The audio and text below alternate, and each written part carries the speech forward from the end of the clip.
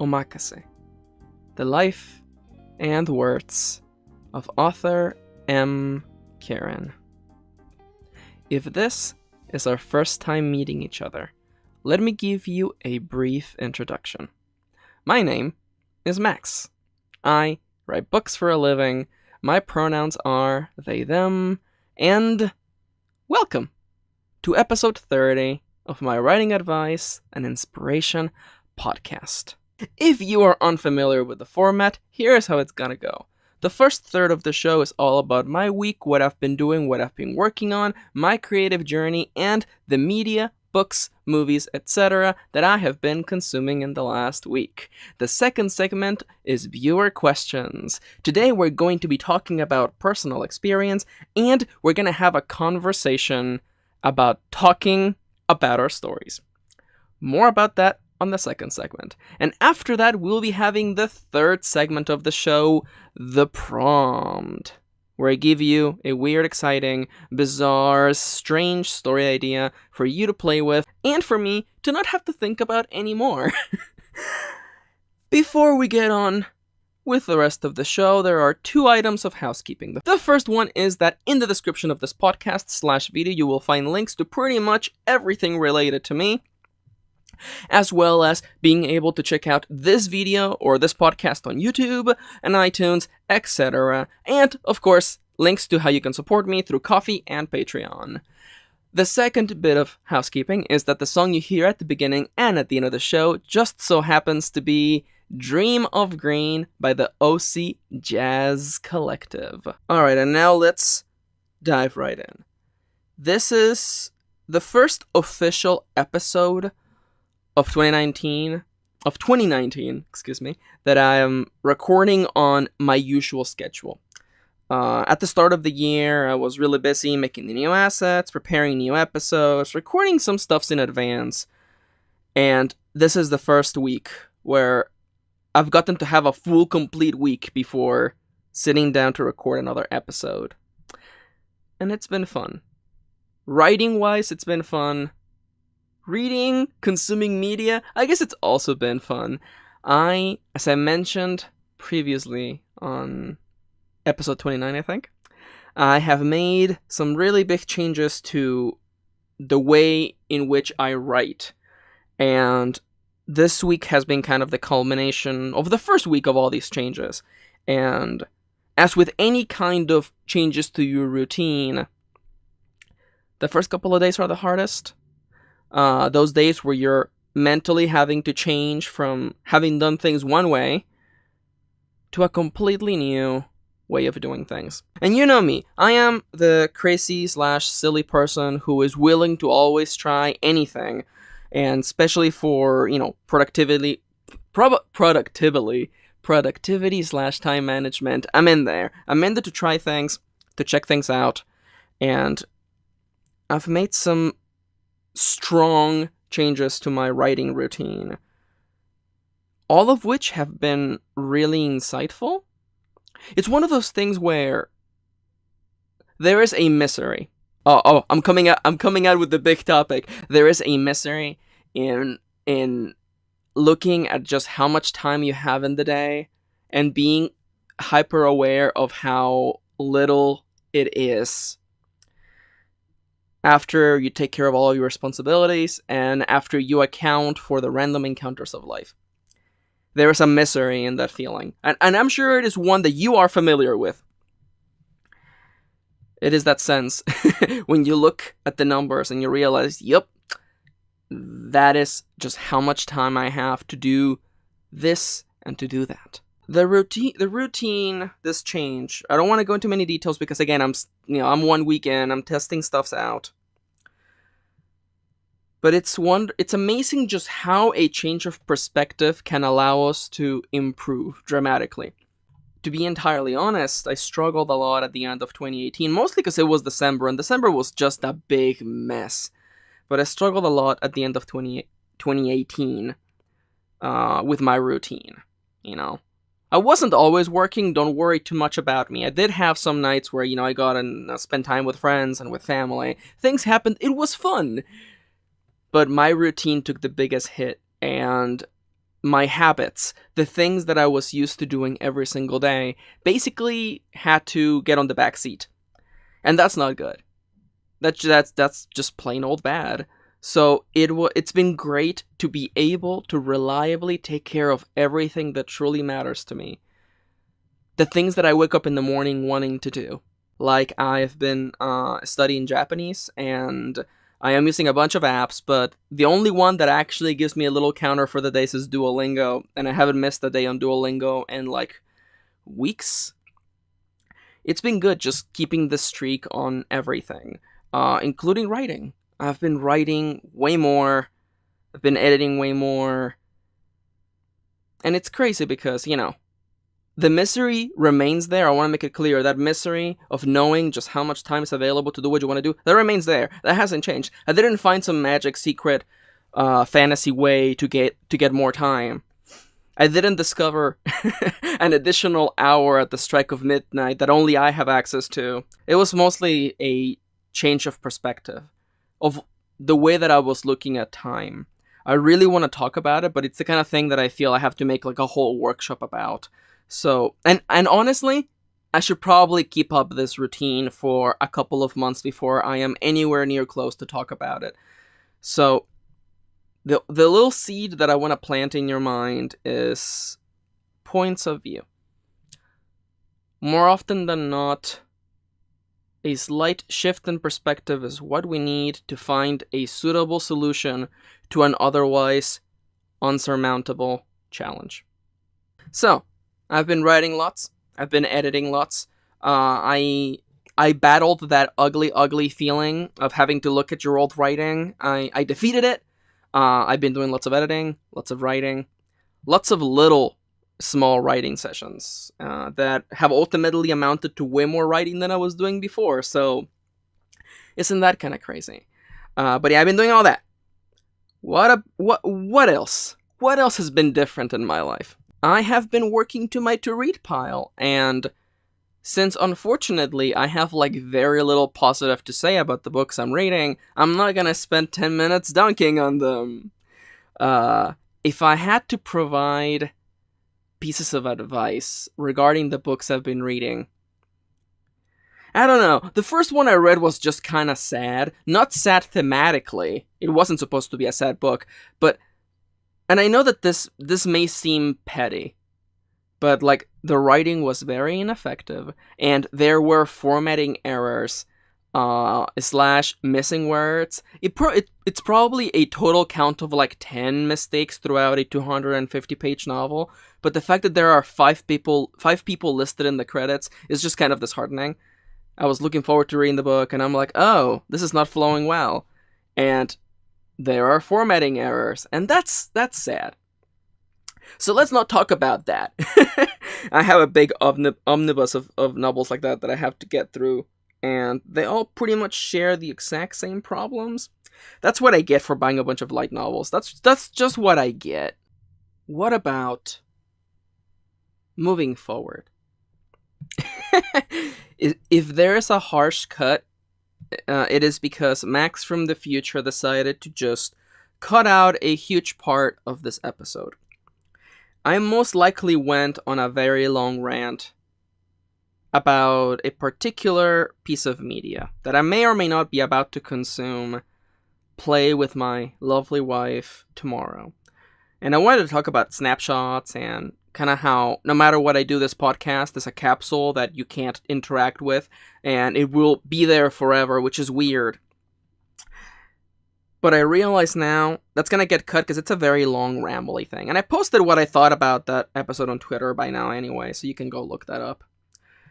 But I wanted to talk a little bit, now that I have this launchpad to talk about capsules and the way media works and how time keeps moving forward. I am running a YouTube channel, and I've been running it forever, and one of the most frustrating parts of the process is how I get comments on really, really old videos from people who I assume don't realize those videos are up to 8 years old, and that's, no, not 8 years old, that would be ridiculous. 5 years old? That sounds way more right. Still though, jeez. And this is sort of thing, where I get kind of comments like that. The worst comments that I ever get are the ones on my Evernote videos, back when I used to talk about Evernote and how much I liked it. Note the past tense. I still get I still get comments from people being like, "Oh, Evernote's not so good anymore," or "That feature you talked about is not free anymore," and I'm like, "Yeah, that video came out 5 years ago." But how does this relate to writing books? This is one of those things that are part of the medium that everybody hates. Nobody likes this. Nobody likes how we can't just go back and perpetually upgrade our stories or update our stories. This is part of the reason why I always recommend you to steer away from having pop culture references.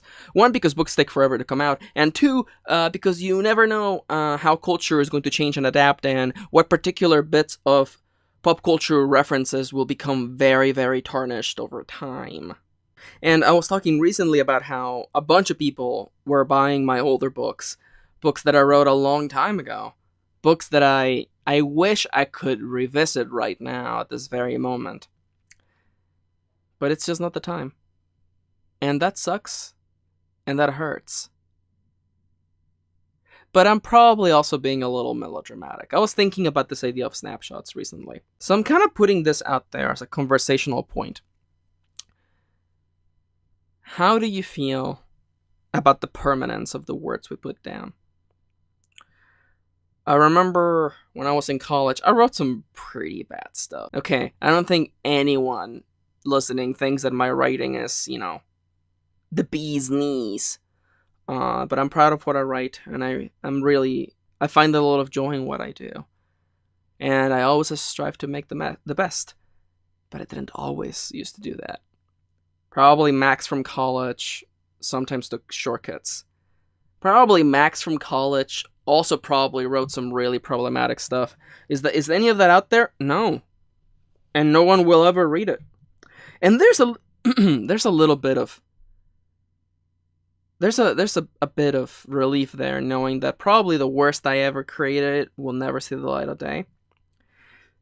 And as hopeless as it can be to have your work out there in the internet or in the publishing world on a storefront, and know that you can't change it, there's a little bit of a bittersweet revelation as well, though.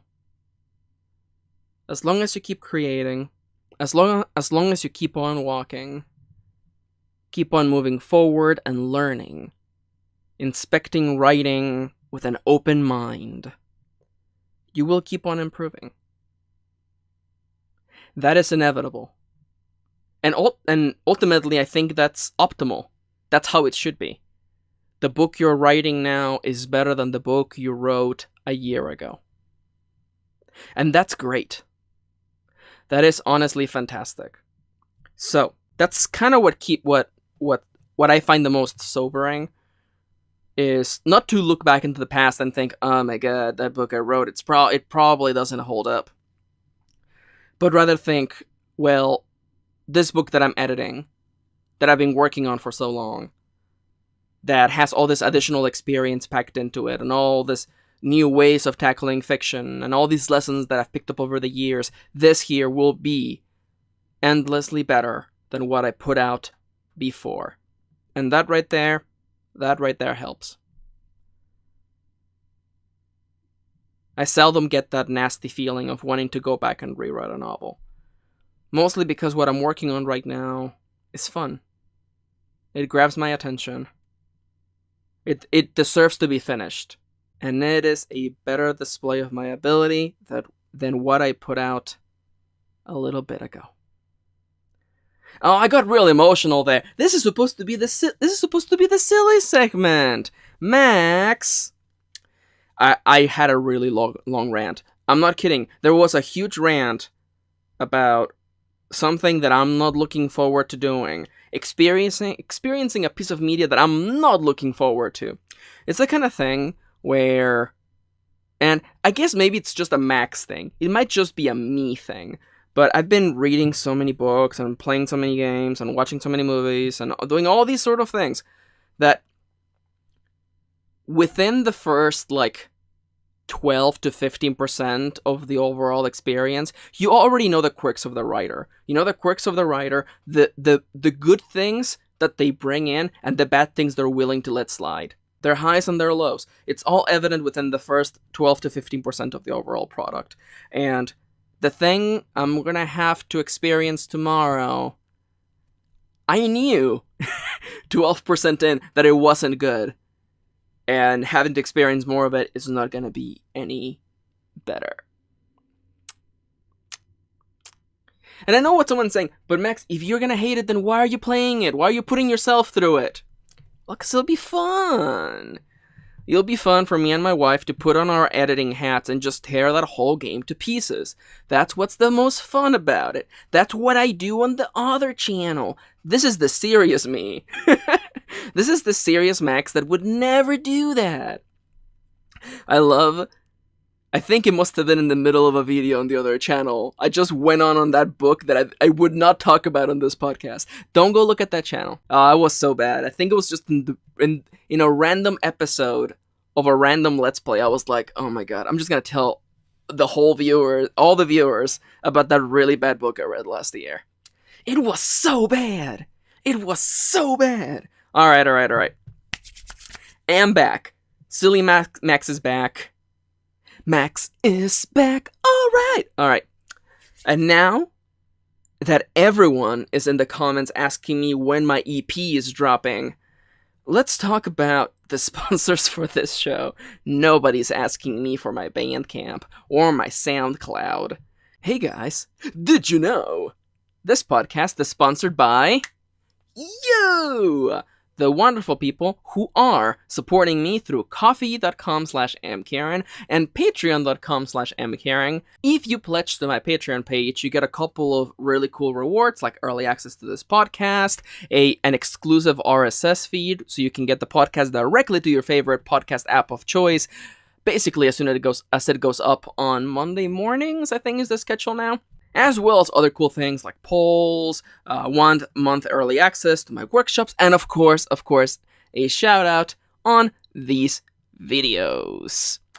The following are some of my most generous patrons, starting with Atalak. Atalak has a DeviantArt page. You can find out more about their writing and their art over at deviantart.com/AHTILAK. Also, a big shout out to A. Howard, Elisa Dudley, Amelia, Angela, Brenda, Kristen Lofton, Gilbert, Goodrow, Irina Phoenix, Lacey, Lishadra, Nicola, Pat Eichson, Polly Craftool, Soulmuse, and Synexia. As for the second segment of the podcast, the viewer questions.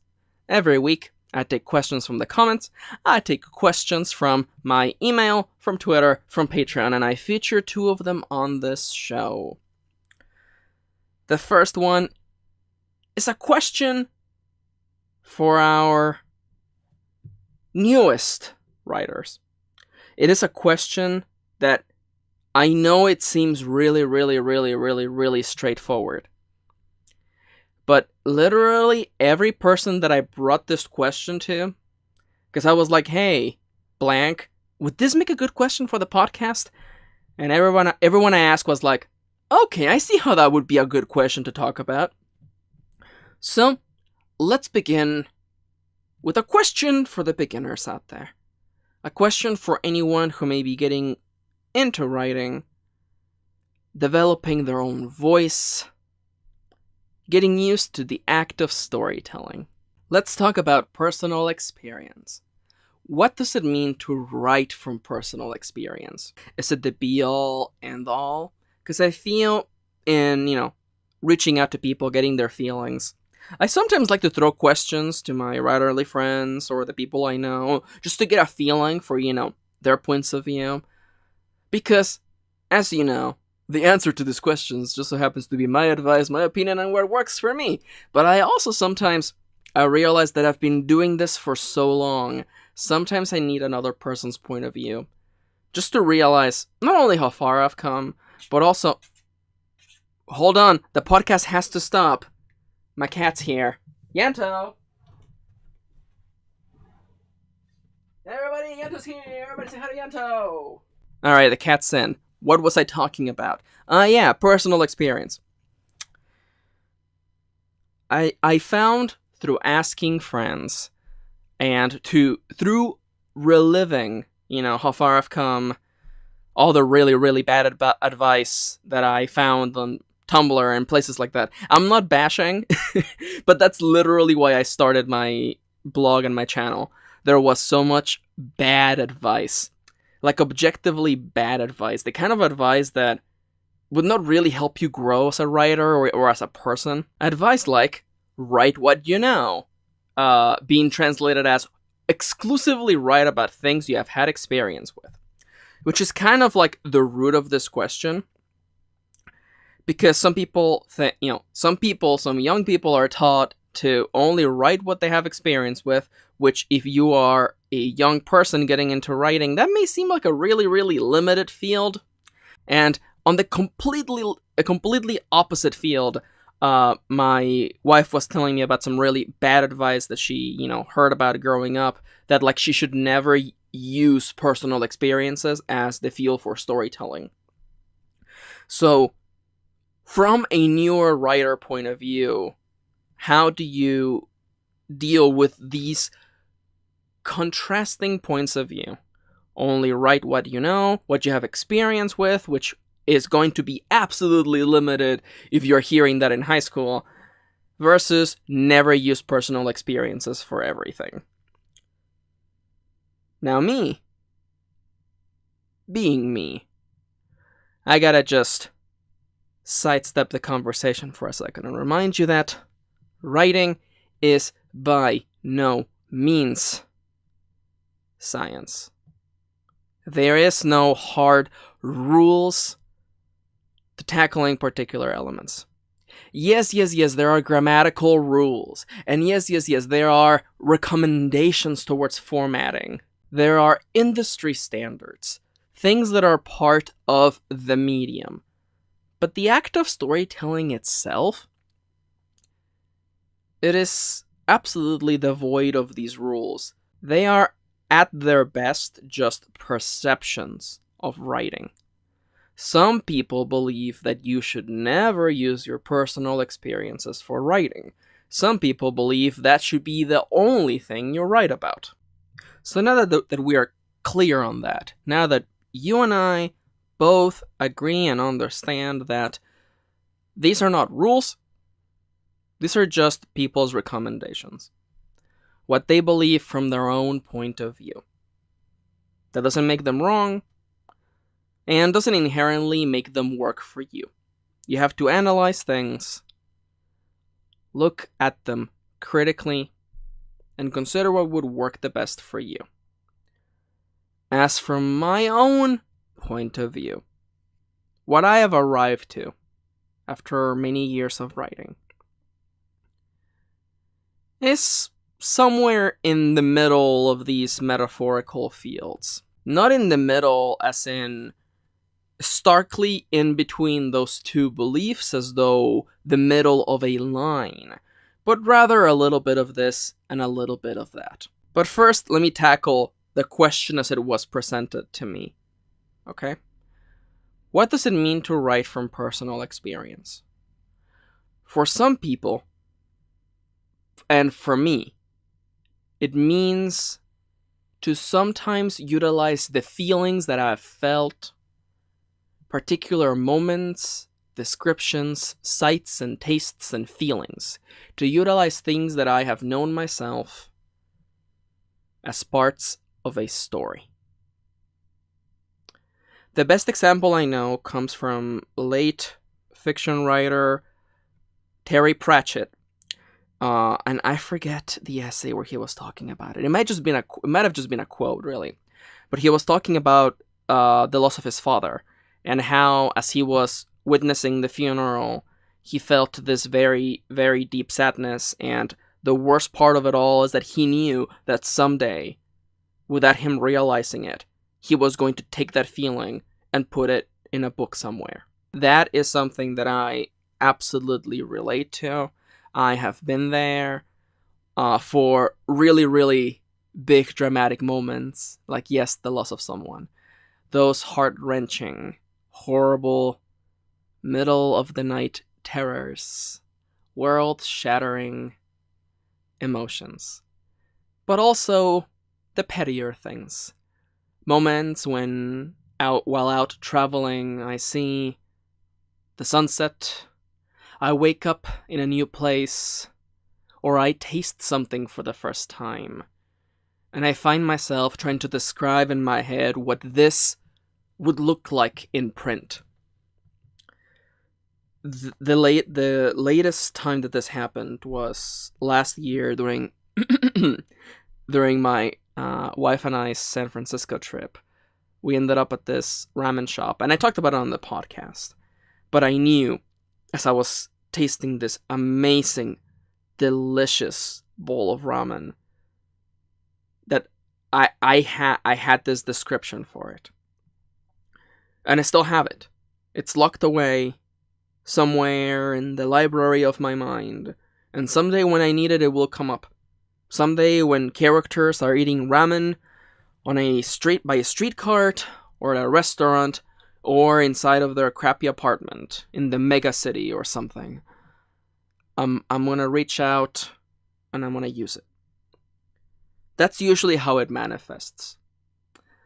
The element of this that I am not a big fan of is using hard personal experiences and basically scratching off the serial number, changing names, sometimes not even changing personal descriptions. And I read a lot of this in college. I read so much of this in college. The kind of thing where you realize that someone had a bad day, or, in some cases a really bad, 5-year relationship, and they just wanted to get it out of their chest. And I'm not saying that's bad. I have nothing against that. If anything, I really recommend using writing as a way to deal with one's stress. It's good. And probably not the best stuff to bring to writing class, I'm not gonna lie. Especially a writing class that involves giving feedback on other people's writing. Because if you create something primarily for you and you bring it to a class of people who are required by the syllabus to give you serious feedback, you're probably not gonna have a good time. I'm not being bitter. I'm not being bitter. It's just like I always felt bad because I realized it was very personal writing, but they turned it in for this serious feedback session. The main issue with writing like that, and just, taking an experience, usually a bad experience, and putting it on the page as a way of exercising that demon, leads to stories that feel very one-sided. I read a lot of that in college, again, and a lot of it was very stark black and white. The antagonist was basically the definition of evil. The protagonist was the most innocent, kind person who was absolutely betrayed by everyone around them and was absolutely at no fault for anything that happened to them. And I'm not making a judgment call on those people's personal experiences, but it was this very stark, black and white, specific experiences grounded in the reality that we know, with very specific details, again, that to me was always a huge red flag. And, it's the moment, and thankfully I had a lot of friends in writing class, and I would just be like, is this a personal experience? Is this something that happened to you? And sometimes they would just admit it, and that's not inherently a bad thing, again, but while it may be good to get it out of your chest, it may not make for the best of fiction, because me, in your writing group, will ask you, I want to know more about the antagonist, because in the way you presented them in the writing, they feel like a one-note villain, almost like the cackling supervillain, and that's not how real people behave.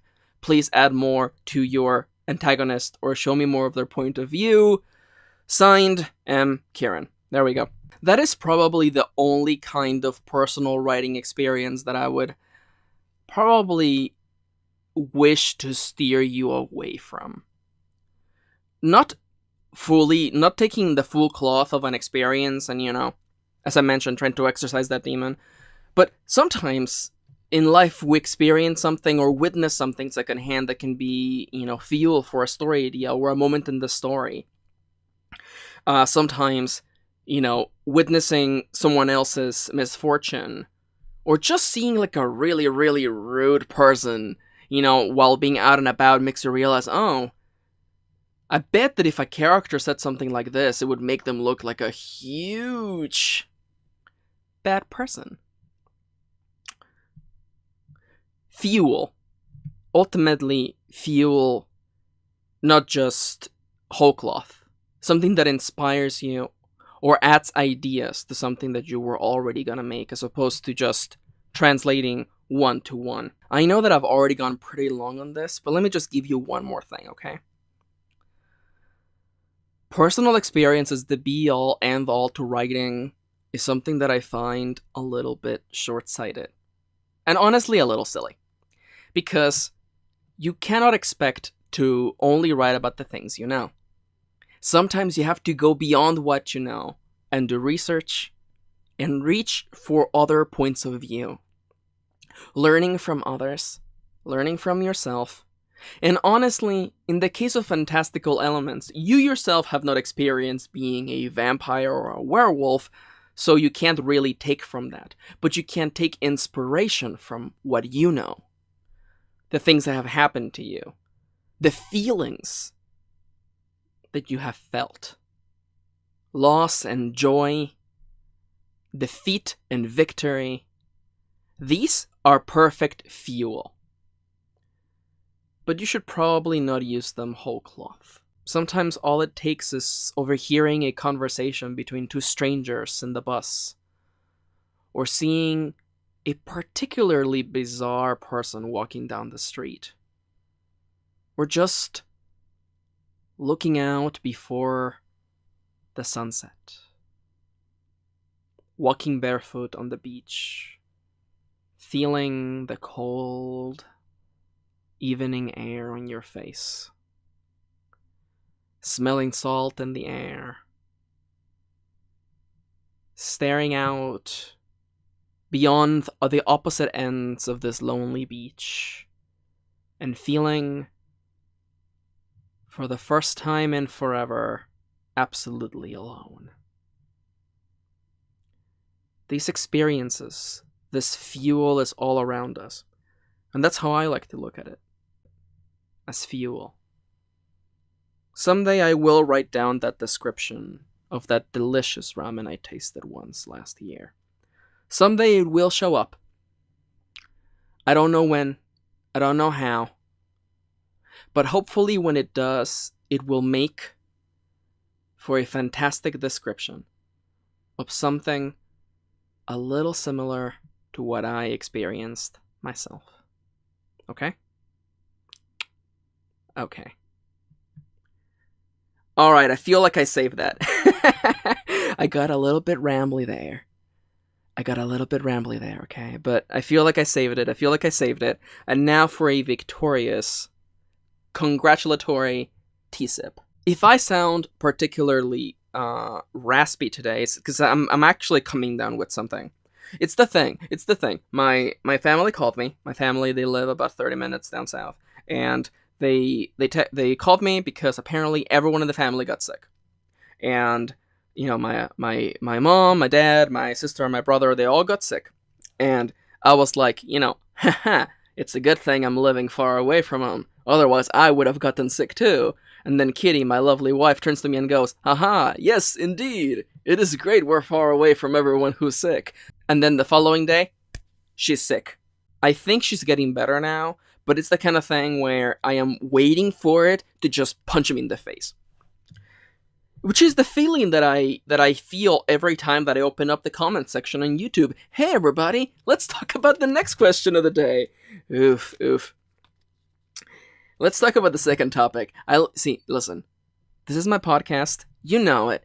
I like to stay serious on the podcast for about a total of 5 minutes through the whole show. And guess what? Time's up. Time to be silly. The second question of the day is not really a question, but rather a subject of conversation.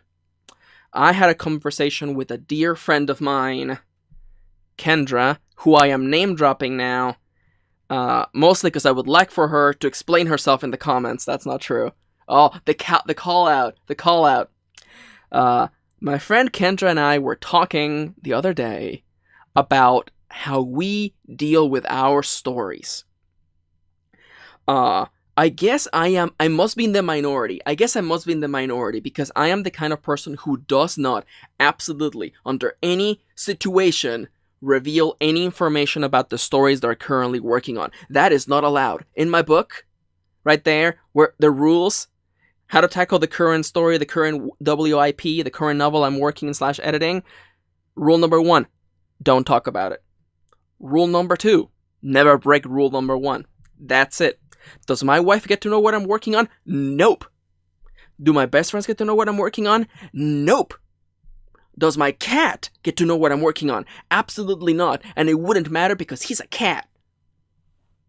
And his taste is obviously better than mine.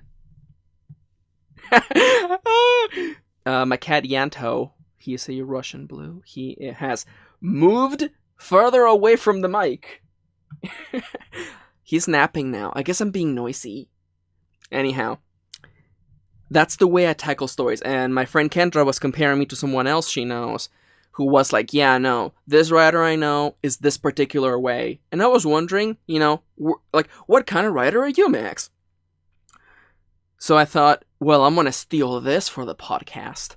And I want to ask you, dear listener, how do you tackle your own story ideas? In the context of telling your friends, your co-writers, your writerly friends about them. It is entirely likely that if you don't have a lot of writerly friends, maybe you don't deal with this, or if you haven't done creative writing in college, you haven't dealt with this. But if you have friends online and you talk about each other's writing, you probably have dealt with this particular situation. It is also entirely likely you have never thought about this. You have never stopped to consider the possibility that someone like me may exist. That's definitely the way my friend Kendra made it sound. Hashtag callouts. That's not true. Kendra's lovely. I love her so much. But I really want to talk about this though, because I have very strong feelings about this and why I don't talk about my story ideas. And I want to know, do you just tell your friends?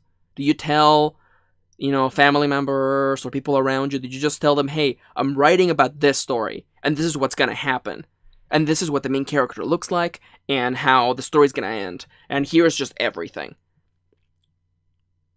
Even me saying that didn't feel right, but it's fine. Do you do that? Do you just tell people? If you have someone who can, hear you, like a partner, or like a very close sibling, or a writerly friend, or a pen pal or something, did you just tell them? Did you just do that? Because I don't. You know who's not allowed to know about my story ideas? You, my friends, my wife, my cat. The chinchillas, I don't know yet. And I want to know where you're coming from. And I will explain myself in a minute, because, this is not just a quick conversational point piece.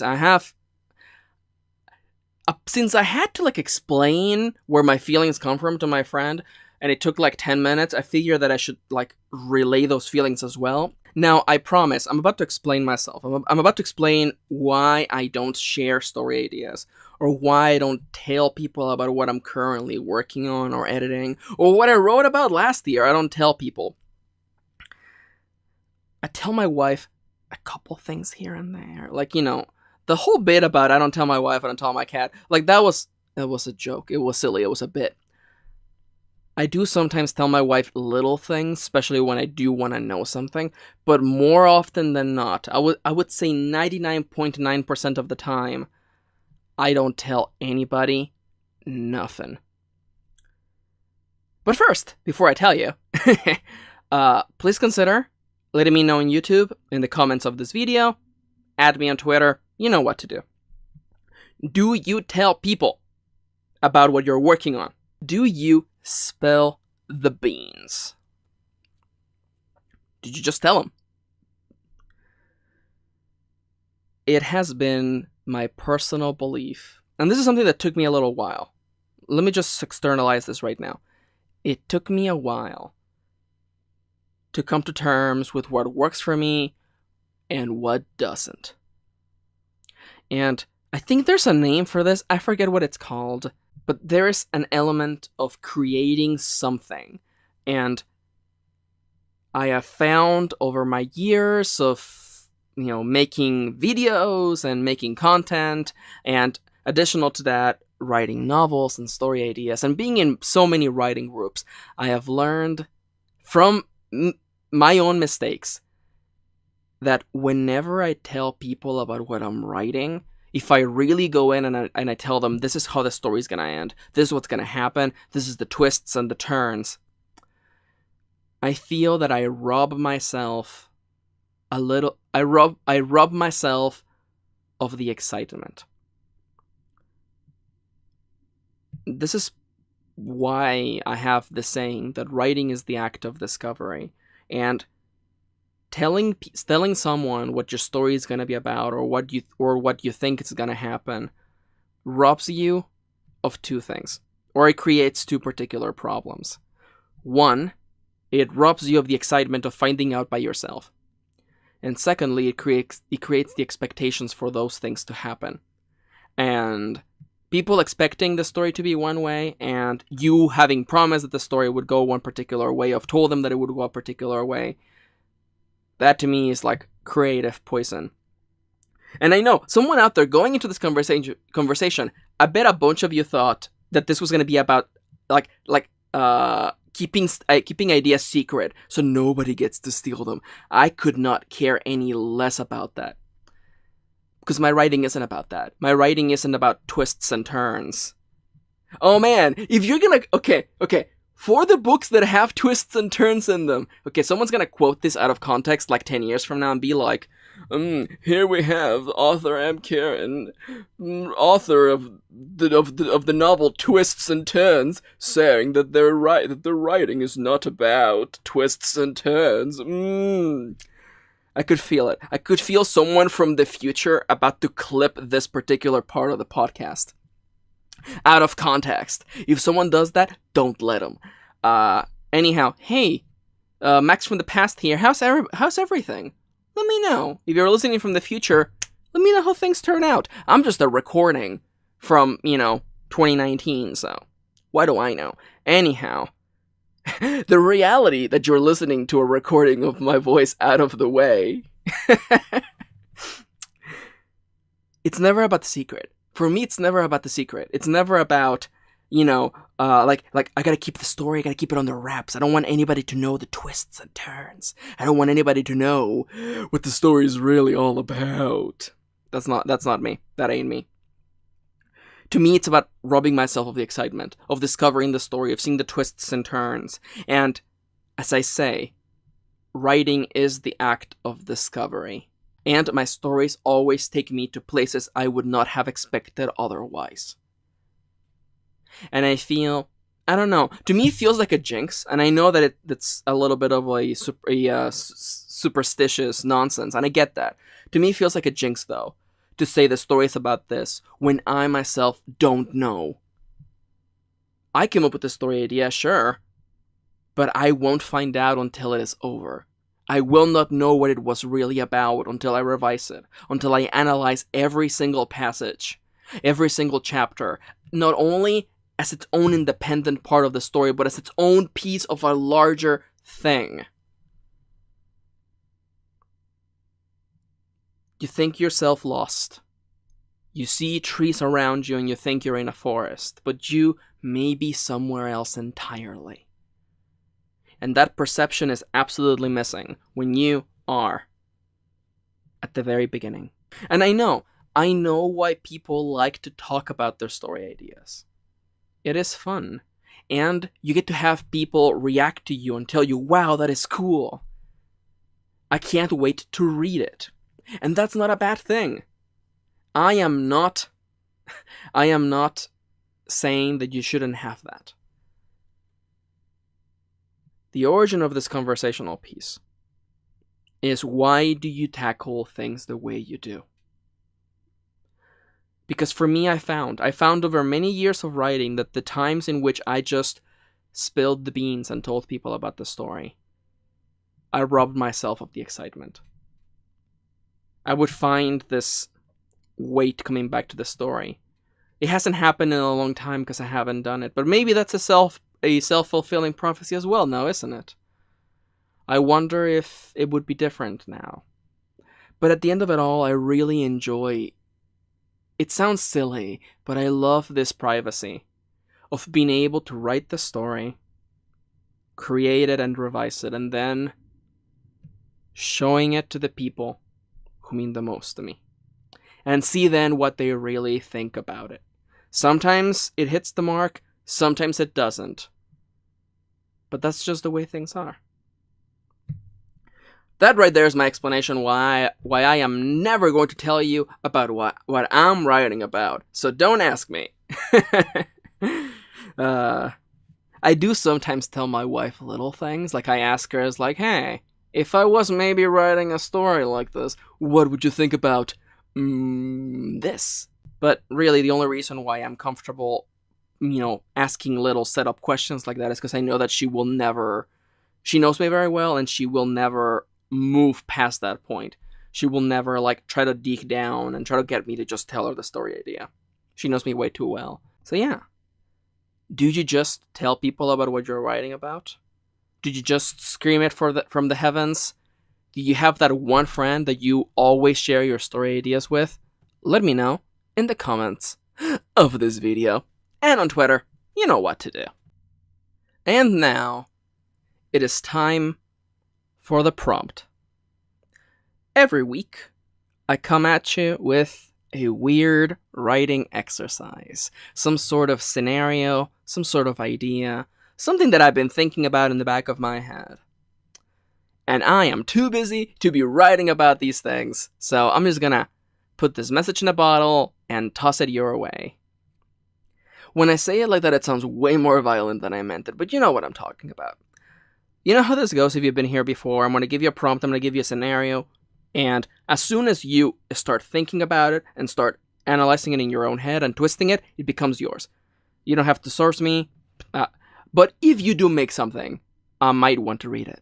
Now, today we have another episode of weird story ideas Max has had in the back of their mind and don't know what to do with them.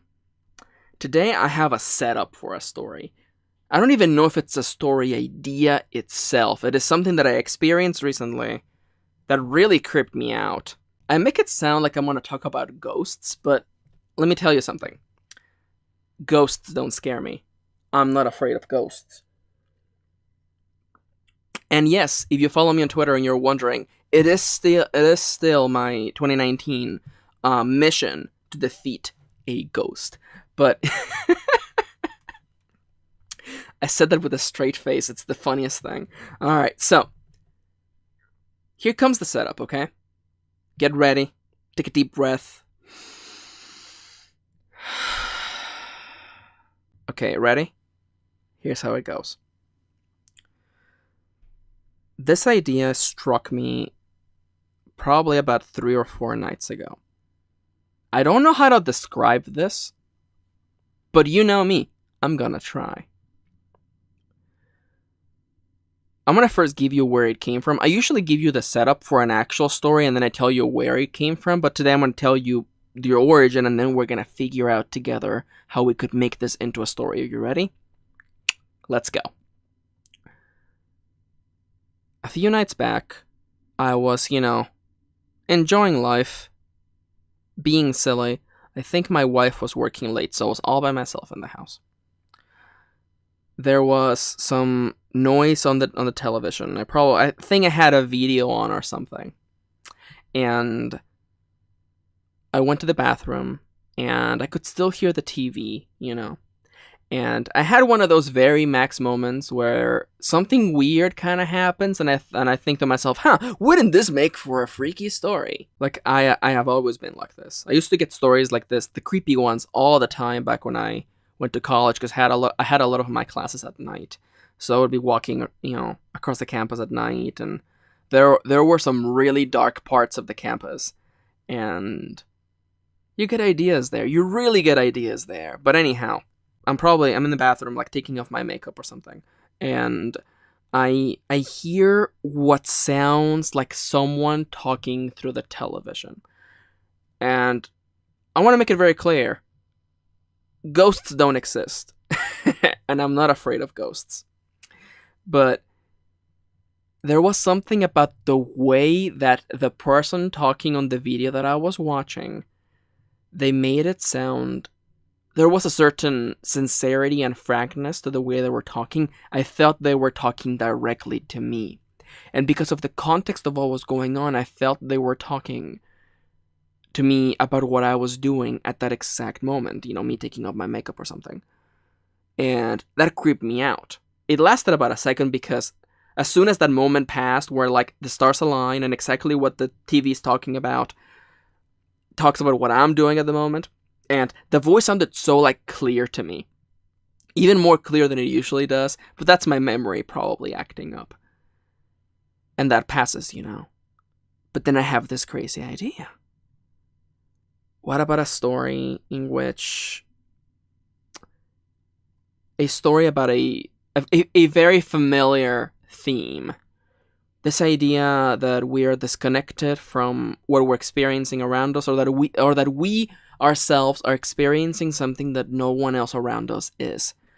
It is within itself, you could say, a theme of loneliness, or an element of the sadness that we live is something only we experience. So, I could go on about this forever, but you know what? I'm just gonna move over. We'll touch this later. The protagonist of our story, I don't think their gender is important. I don't think their age is important. It can be an older person, a younger person. I don't think it's particularly important. The setup for the story, and it doesn't have to be technology. I like the idea of like they can, like whenever they look at the TV, like a basketball game is on, but they hear something else. Maybe they see something else. To me, that seems a little bit too silly. I don't know. I don't know if I would go for full on the TV is like static or they see a face on the TV. I almost prefer the idea of like the game is still on the television, the basketball game is still playing, but and everybody's watching it. You know, the family is sitting around, they're all watching the basketball game, and our main character can hear this voice clearly, tangibly speaking directly to them. I don't know what it's saying. Here's where you come in. You gotta start, thinking about what you would do. Is it bad? Is it? Because a part of me, I feel like, I don't want to say the easy twist, but like the immediate twist that I imagine is some sort of really intrusive dark thoughts. You know? Almost as though the voice on the television, this voice cut in the static or something like that, is emulating our own characters' kind of, like, dark, intrusive thoughts. That right there is like the immediate plot twist. But that's not the way we do things over here on M. Kieran's Writing Advice Podcast, Omakase. A little bit more. I want a little bit more. If you're gonna grab this story about a character who experiences things in a different way, I want you to go farther in. Something more. You know me. It's gotta be something weirder than that. It has to be something absolutely... Don't mind me bunking my monitor. I'm just moving my hands because I'm so excited. It has to be something absolutely bizarre. I'm not saying that our main character is gonna learn that somehow the souls of the dead become this spiritual noise that gets trapped in electronics or something like that. But like me being weird, bizarre, strange Max, lover of the fantastic and the ridiculous, I just love the idea of marrying the spiritual with the technological. The idea that the soul does not exist, and all that remains of human beings when they die is an electrical charge, some sort of static channel that gets trapped locked immediately upon the electrical devices within their vicinity. Boom! Right there. Done. Oh, that's crazy. Yeah, I'm smiling. I'm such a dork. That right there. And our character is able to tune into them. Is that what I would do? I'm gonna be honest with you, okay? Since, I'm working on a new routine, and this is the first episode of the year that I've actually done on the original schedule. I came into this prompt, and I'm gonna be honest with you, okay? Okay, here comes a true heart-to-heart with M. Kieran.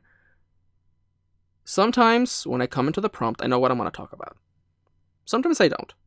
Sometimes I wing it. I have the idea, I know what I'm gonna talk about. I don't have scripts, so really, this is just a different form of what I already do. For this one, I knew what I wanted to talk about, that weird voice on the TV. And as I started talking, I did the brainstorming life before your eyes. Or your ears. Life before your ears. I just started going through it. What would I do? It has to be weird. It has to be bizarre. And then the real work starts, because you have to make that work backwards. If you have your own weird idea. Because I know that a portion of people listening to this love these as a brainstorming challenge. And guess what? I love that too. I know there's a subset of you who are listening in for whatever I'm gonna say, to be like, okay, I'm gonna come up with an idea that is nothing like that. And that right there, that's good. You keep doing that. You keep being you. I like that. I like you. Not because you're doing the opposite of what I'm doing, or you are negating what I am saying and going completely off in a completely different direction. It is because you are forcing yourself to look at new points of view, new angles. All you have is a simple setup. A character hears a voice coming from the television. How do you twist it?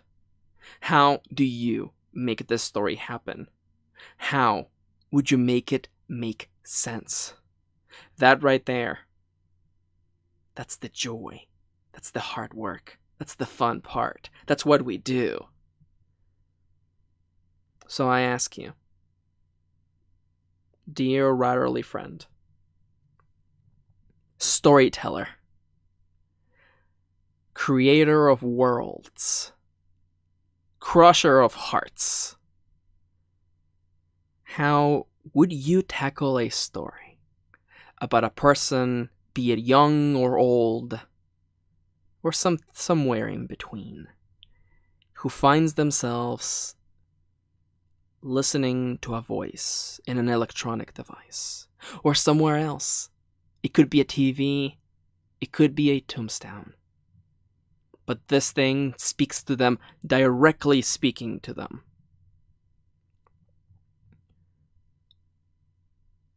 Where does this voice come from? What does it mean for itself,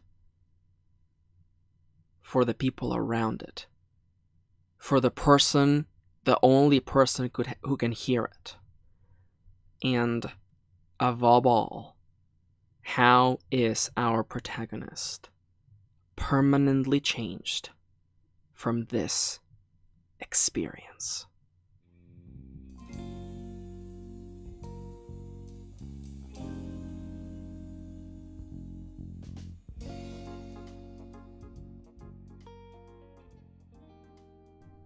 And so, that was episode 30 of Omakase. I hope you had fun.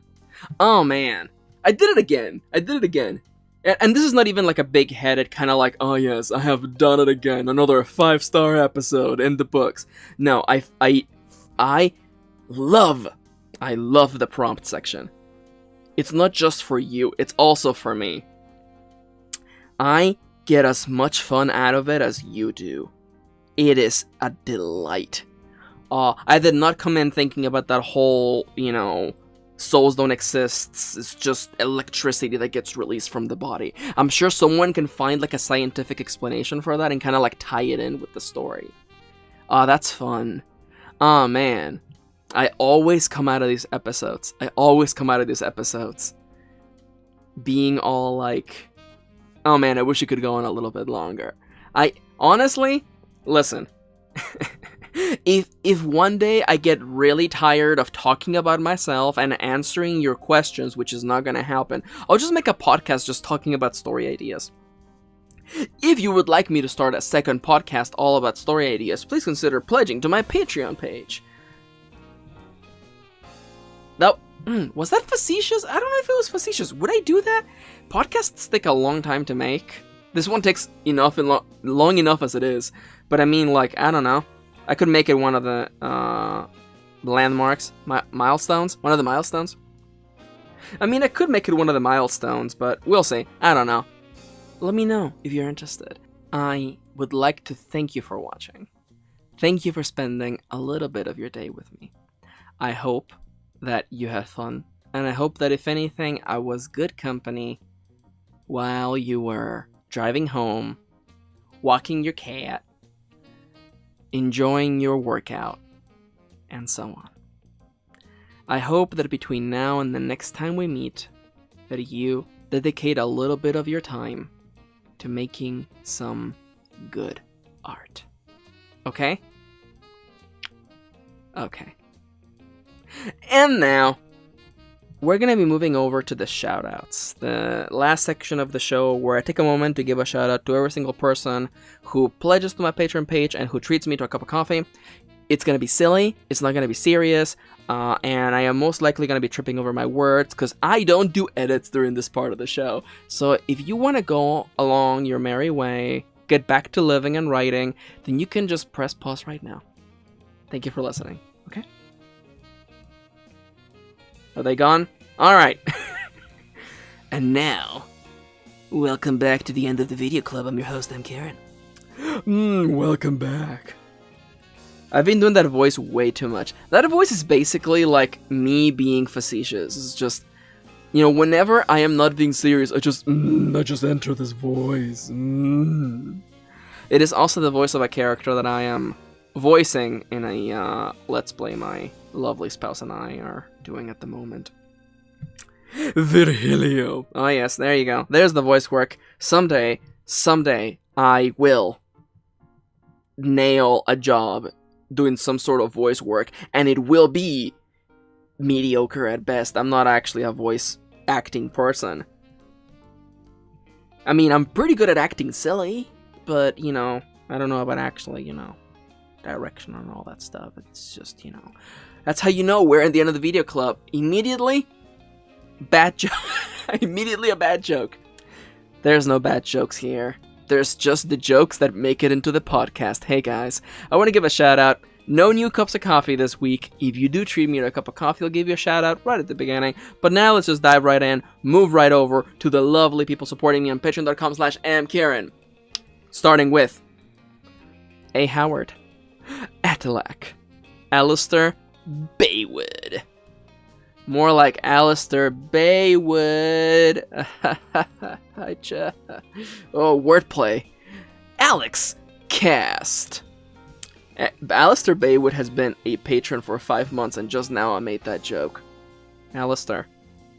Alistair is also a pretty cool name. What origin is Alistair? Oh, welcome. Oh no, I'm doing it. The shoutouts are not gonna happen this week. Alistair is usually a boy name from. Oh, it's Scottish. It's Scottish. Oh, my voice is dying. That's how you know I could not hit that high note. There's a girl version of. I mean, gender is silly, but there's a feminine version of Alistair. No, Baby Center! Babynames.com! Okay. What's the girl version of Alistair? It's also Alistair. That's funny. That's funny. But you know what's funnier than that? The concept of gender. Hey guys, welcome back. That's how you know this is the M. Karen podcast. Alistair Baywood. Alex Cast. Alyssa Dudley. Amanda Stevens. Amelia. I freaking love Amelia. Amelia's so good. Angela.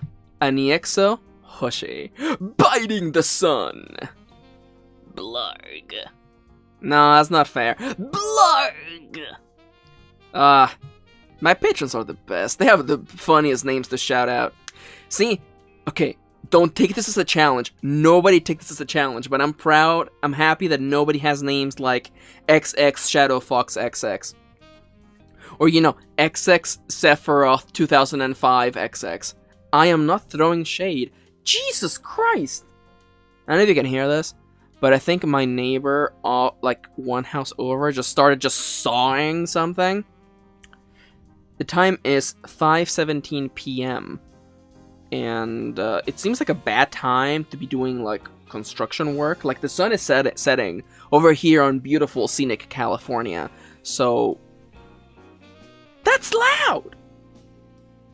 Is that actually my neighbor? Anyhow, hopefully you can't hear that. But anyhow, nobody take that as a challenge to change their name to like, XX Sephiroth 2005 XX. Brenda! C.E. Richards. What I was getting to in that point is that you all have names that are fun to pronounce. It's like you guys know about pen names and, how to make them work.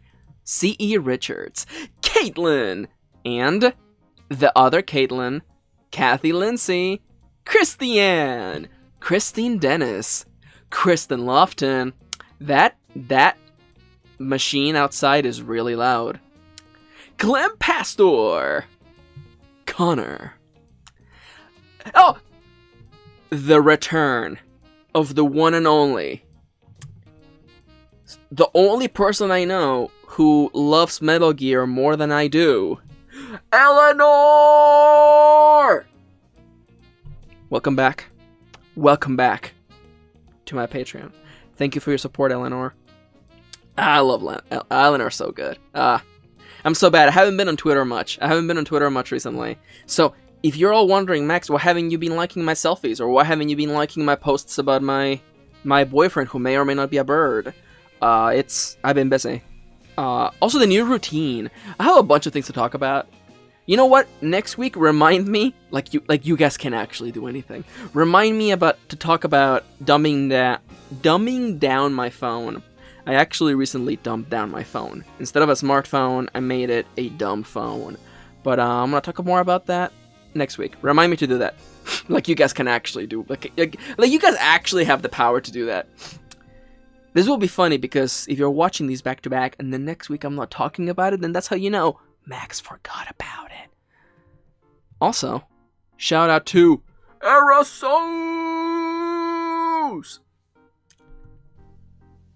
Freaking love Aerosos. Aerosos is so good. Joffrey Raby! Gilbert Goodrow! Hero Song! Irina Phoenix! Janosch Haybutsky! Jaytana Kirkwood! Jeffrey James Williams! Jay Sawicki! Juan Nunes! K.M. Anderson! Kameshwar Rao Shaluri! Kaylee! Kiel! Lacey! Lier Kilo! Lishadra! Mary Foster Smith! Nicola! Nicole Grissom! Nicolay! Noam Sahar! So I recently, now that Noam Sahar has reminded me that I'm doing my video game announcer voice, my wife and I started doing shoutouts again for our other channel, and half the fun, honestly, of shoutouts is to do them like they're, like you're the announcer in a fighting game. Just like, Novels and Tomes! Pablo! Now, I know that last week I talked about giving you the soft Pablo, to not pop the microphone, but you see, I'm unpredictable that way. Pat Eitzen! Polly Craftwall! Raquel Fernandez! Oh no! New patron! Okay.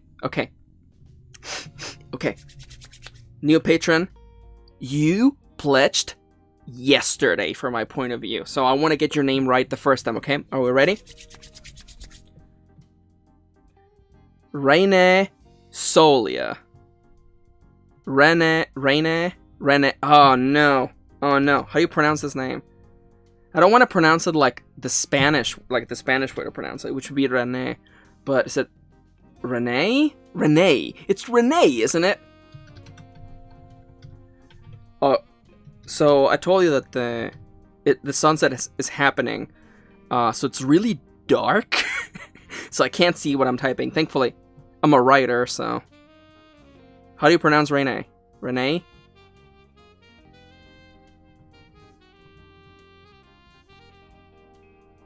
You might have heard that it was so loud.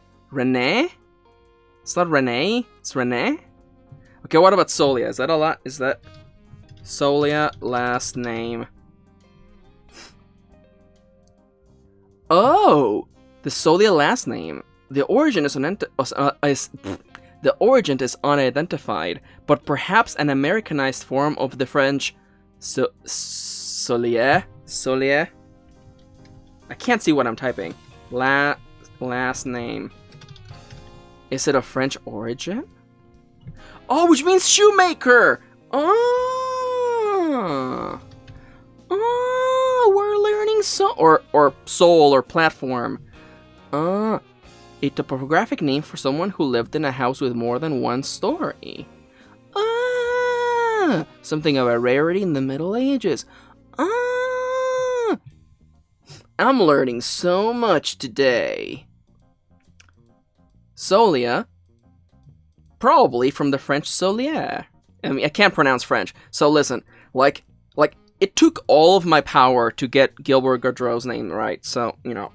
But hey, Rene Solia, thank you for your support. There you go. I said what I said with a little bit of confidence, but it's coming to the point now where I am certain, downright certain, Rene is gonna reach out to me and be like, Max, first off, my name is not pronounced that way. Secondly, that's not where my last name is from. It's actually this and not that. Maybe you should read more than the first result on Google, Max. And the answer to that is, you are right. I'm a sham. Also, the following people are not shams, just me, but I'm giving them a shout out. Rhiannon August, Roa, Shivertails, Sky D White, Soulmuse, Sylvia Leitilla, Synexia, and Wendy Christopher. The jig is up. I just read the first result on Google. Listen. For these names, I usually go with the first result, you know? Like, if Google gives me that first, like, automated response of, like, oh, this is what this means, I usually go with that. It feels safe.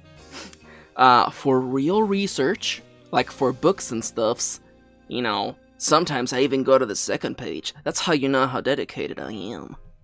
But anyhow, that's a joke. That was a joke. Hey guys, welcome back.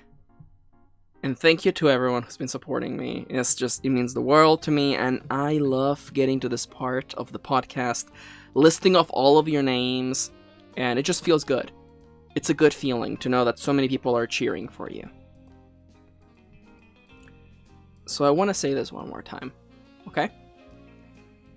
I want to thank you from the bottom of my heart for your support. I'm not choking up, my throat is dying.